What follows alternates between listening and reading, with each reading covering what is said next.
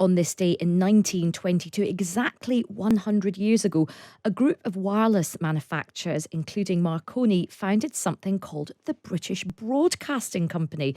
The first radio broadcast took place a month later. We stand on their shoulders this morning. Very generously put. On this day in 1961, the musical film West Side Story, an adaptation of the Broadway play based on Romeo and Juliet by Shakespeare, was released.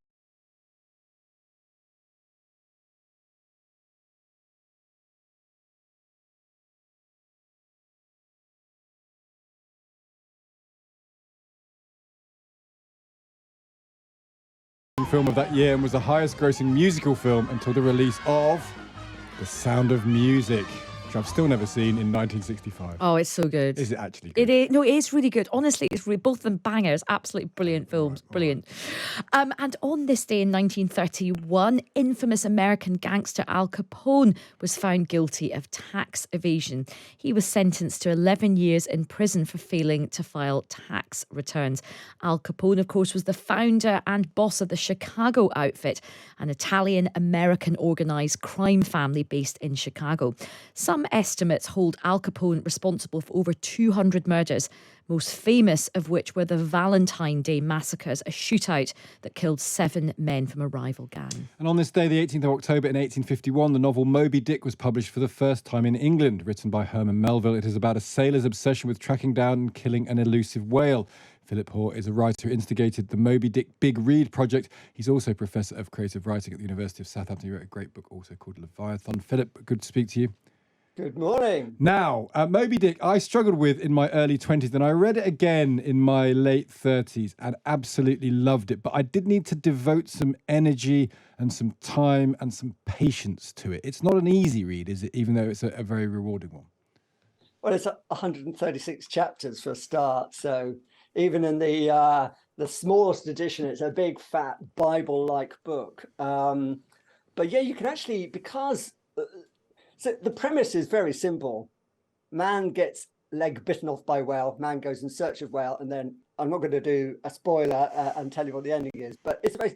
But Melville is so digressive. He's so steeped in the sea. He ran away to sea himself in 1840.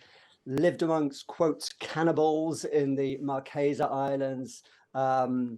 Shipped on a US frigate back to the States and wrote this amazing, sensational book 10 years later. And it's really a kind of ship's journal. It's a ship's log, but it's completely allegorical and metaphysical. At some points, it's very, very visceral and bloody. I mean, it deals with the terrible business of slaughtering whales en masse, you know, and Melville's aware that his actions and the actions of the whalers of the time are leading to the extinction of whales.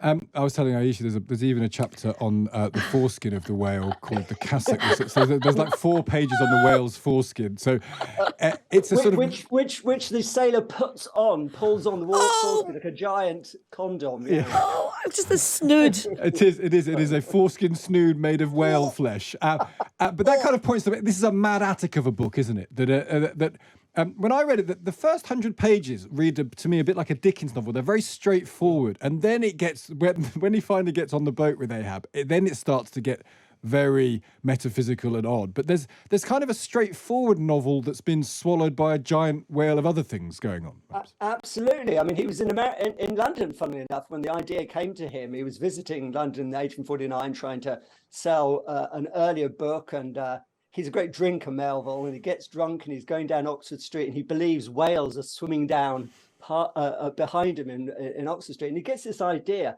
partly fueled by books like Frankenstein, the Rime of the Ancient Mariner, you know, where you have this death ship sailing out of the mist. It's actually modelled on a slaving ship. And then he meets Nathaniel Hawthorne, who's the great Gothic writer of the American Renaissance.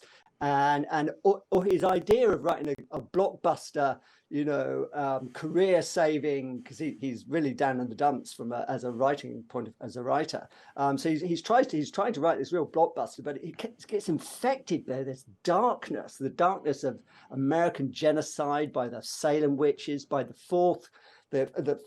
about to happen American Civil War. You know, Moby Dick is not a white whale by accident. It's an allegory for the slave trade.